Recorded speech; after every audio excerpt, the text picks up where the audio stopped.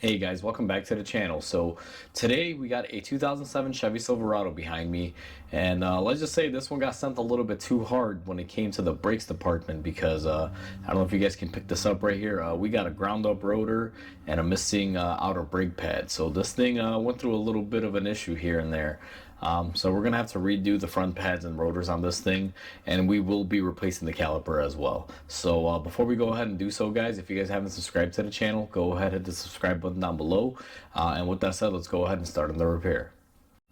Before we go ahead and start today's video, guys, I do want to mention that this video, due to time constraints, is going to be basically like a quick overview.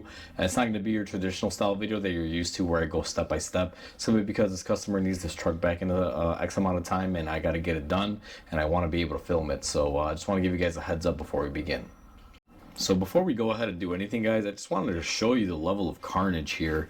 And the downside to this is this guy told me that this truck was making noise for about 2 weeks, and he just kind of let it go, and this is what happened. You'll see here the rotor surface is scored up. There is no outer pad, and basically the caliper is what's been stopping the truck. But even that had its limitations. It started leaking brake fluid here because the pistons on the caliper basically they came out too much and they're pushing past the seal. Therefore, it's leaking brake fluid. You can see the inside of this wheel is all coated in oil just from all the oil loss.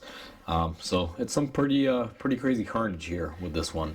But anyway, since we're going to be doing this video where we're replacing calipers, pads, and rotors, we're kind of doing it all in one.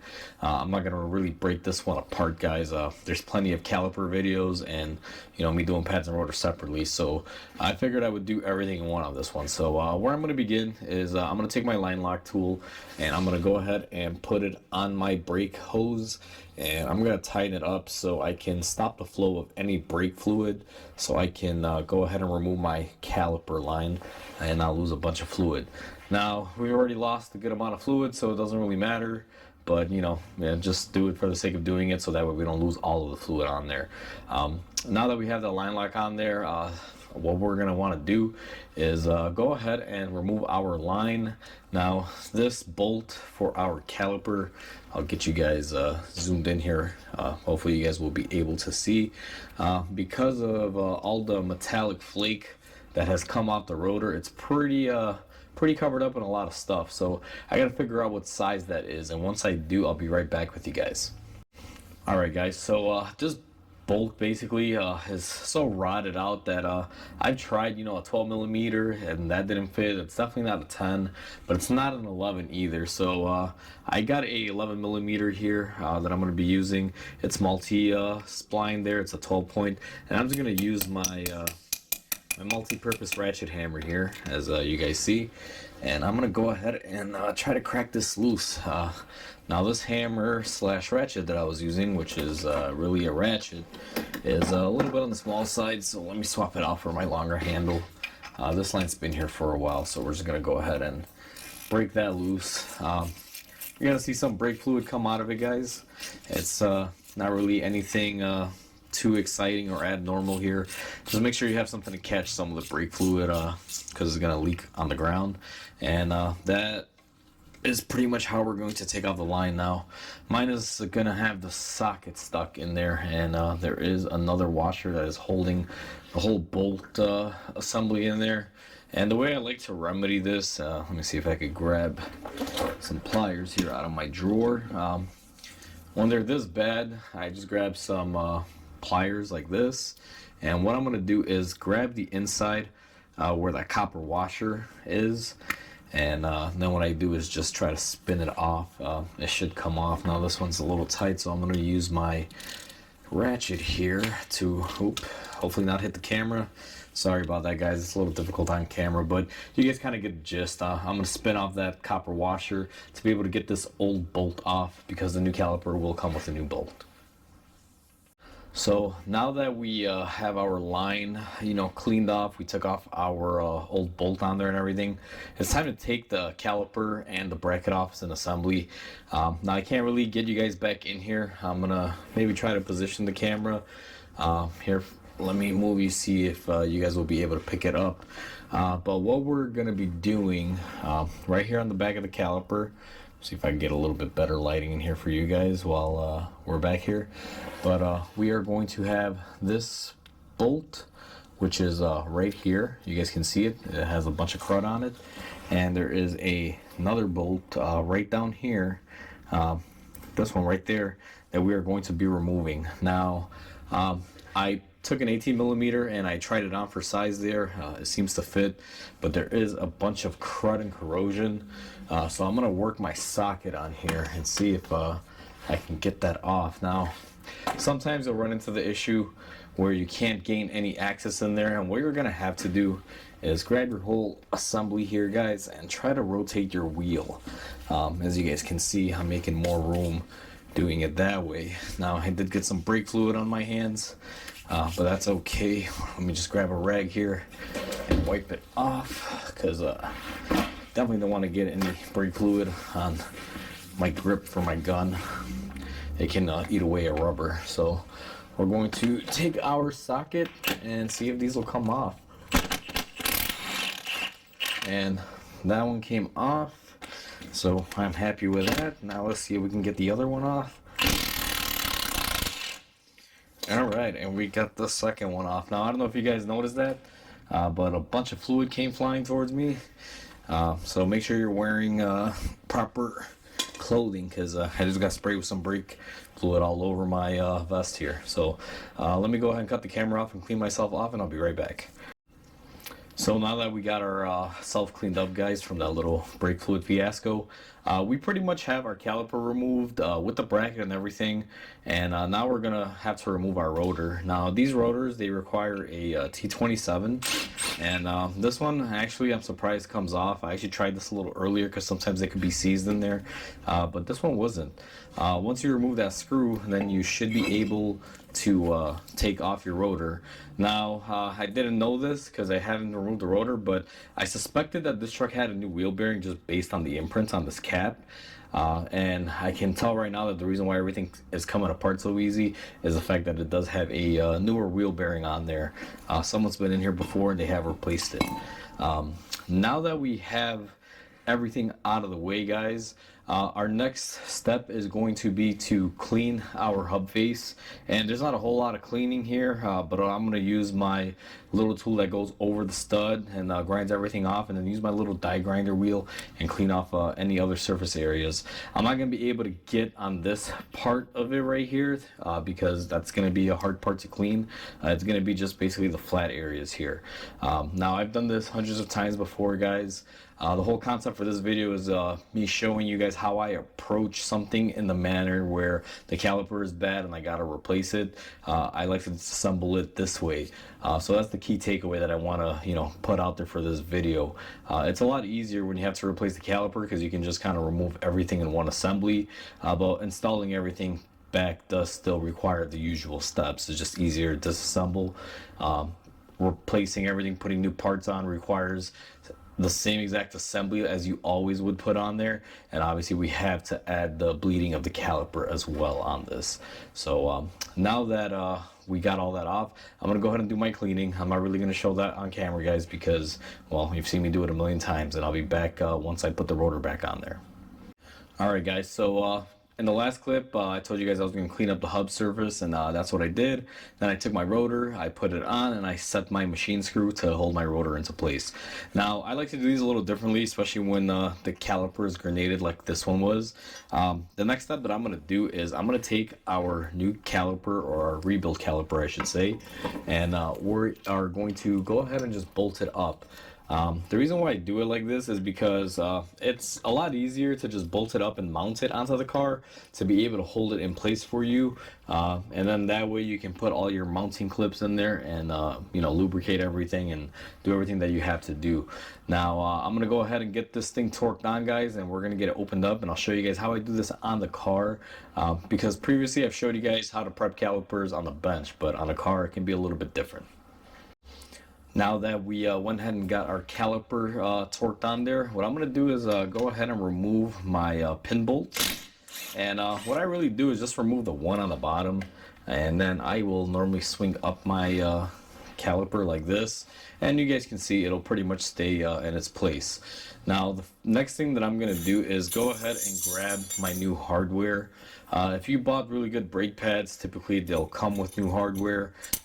And in this scenario, if you're replacing the calipers like we are, if you got a good caliper, from like a premium rebuilder or wherever the case might be, you will get fresh new hardware with it as well. Now that we have all that, I'm gonna go ahead and grab my grease, which I forgot to get my brake lube here, so just give me a second, guys. Let me go ahead and grab it. Now I use a premium ultra, I guess you can say heat type of silicone. It's actually this stuff, creme lube. And what I'm gonna do is go ahead and coat my new shims just where the brake pad is pretty much going to ride. Now I'm not going really far deep in here, guys, to the point where I'm touching the rotor. I'm just getting some lube on there and getting everything prepped. And since this is going to be a fresh caliper here that they just rebuilt, I don't really trust how much grease they put on the pins. As you guys can see here, there's not a lot of grease. So what I'll normally do is I'll go ahead and grease up my pins too. Never assume because it's a new caliper that everything is greased up correctly, guys, because sometimes that just is not true, as you guys can see in this case. So I'm gonna go ahead and lube that one up, and then what I'm gonna do is take off my top portion. The pin is attached because I didn't detach it, and then I'm going to go ahead and lubricate this top pin as well.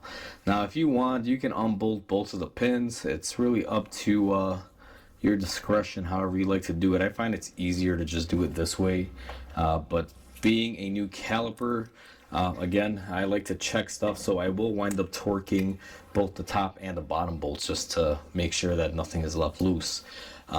Once we got both of our pins pretty much all said and done there and everything is lubed up, we are ready to install our brake pads.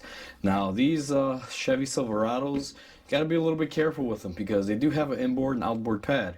Let me show you guys the difference. So inboard pad has this little layer down here on the bottom. I don't know what you guys can see, versus outboard pad, it's just skinny. It doesn't have anything there. So what you're going to want to do is go ahead and slide this into place here, and go ahead and slide this side into place. And once you have your brake pads together, what you're going to want to do is go ahead and lubricate your caliper up here. Now let me reset the camera and I'll show you guys how I lube up the caliper, and I'll be right back. So the way I like to lube any caliper, guys, whether it's new or you're using the original one, I always like to put a little bit of grease on these piston surfaces where any metal to metal contact will occur. This one's fairly new, it's a little oily, so it doesn't take a lot of grease. And then what I'm going to do is also get the inside of these fingers that hold the outer brake pad in there as well. Any basically area where the pad is going to touch metal on metal, between the caliper and the shims and everything, I always try to grease so that way there's a cushion. Now to zoom you guys back here, get you guys back into frame. Now that your brake pads are installed, everything is greased, your caliper is greased, what you're going to want to do is just go ahead and slide your caliper on in. Make sure you push your lower pin in, and then we're going to take our lower pin bolt, go ahead and hand thread that in there. Don't just start jamming these up with a gun, guys, because if you were to do that, you'll find that you could cross thread them easily. Now I'm going to go ahead and tighten up both my lower and my upper pin. I always check hardware on calipers, guys, because sometimes at the factory these may seem like they're tightened, but they're not. When they rebuild them, they'll just kind of zip them together. So make sure that your upper and lower hardware is tight. Don't just assume. Otherwise you'll find situations where your caliper may not be really tightened up on there. So I'm going to go ahead and do that off camera, and when I come back we're going to be reinstalling the line. Now it's time to install our fluid line to our caliper. Typically you'll have a little baggie like this, or the hardware will come already pre-attached to the caliper, guys. In this case I have it in a bag format. So what you're going to want to do is get your two copper washers that you have and your new caliper bolt for the line. And you want to make sure that you cleaned off your line before you go ahead and do that. I simply just take a blue rag and clean it up. Now I already cleaned mine up off camera, so I'm not gonna do it again. I don't really have to. And what you're gonna want to do is layer them in this way. You're gonna take your new bolt, you're gonna layer a new washer over it, and then you're gonna grab your line and you're gonna run it through on one end just like that. And then on the other end you're gonna put your other washer just like that. And then what you're going to want to do now, I do apologize because I got to kind of block the camera to hold the line here. And then you're going to want to line it up and just go ahead, lightly hand threaded into place. Sometimes it goes right in, sometimes you got to fight it. Like this line, since it has a little bit of a natural flex where it wants to stay, can be a little difficult. But right then and there, I'll kind of zoom you guys over here. You can see it's bolted up. Now what I'm going to do is go ahead and tighten that up all the way. And it's very important, guys, I can't stress this enough, hand tighten. Do not use an impact or electric gun or anything on here. Only hand tighten it, because you can strip out the threads very easily on this. So now that everything is tightened up, guys, we are pretty much all set and done with this. All you're really going to have to do is go ahead and bleed it. Now in this video I will show you how to bleed it as well, but I do have to do the other side on the passenger side there, because pretty much the same thing that happened on this side happened on that one. So I'm going to go ahead and replace the caliper and the pads and the rotors on the passenger side, and I'll be back with you guys when it's time to bleed it. Alright guys, so I went ahead and I set up my brake bleeder machine on here, and what I'm going to do next is I'm going to go ahead and take my overflow bottle. We're going to hook it up to our caliper bleeder, and we're going to go ahead and bleed our brakes. Now the way that this works is basically a pressure bleeder. So right now all I'm doing is basically pumping the brake fluid up top to the reservoir. And right there I seen that I have no more air bubbles, so I'm gonna close it off and open it up again one more time just to make sure, and we do not have anything flowing out. Now this thing actually came loose and dislodged from the nipple, but it's all right. We saw that there was no more air bubbles on it, and with this being bled, now we are basically all said and done as far as the brake job goes. And that's how you do calipers and brake pads and rotors on a 2007 Chevy Silverado, guys. It's quite simple. This video wasn't my traditional style video like I mentioned earlier. I kind of just did like a quick overview due to time constraints. This guy needs his truck back. So hopefully this video is still useful and helpful to you guys. So with that said, please comment, like, and subscribe, because it definitely helps the channel grow. And I hope you guys have a wonderful day. I'll catch you guys in the next video.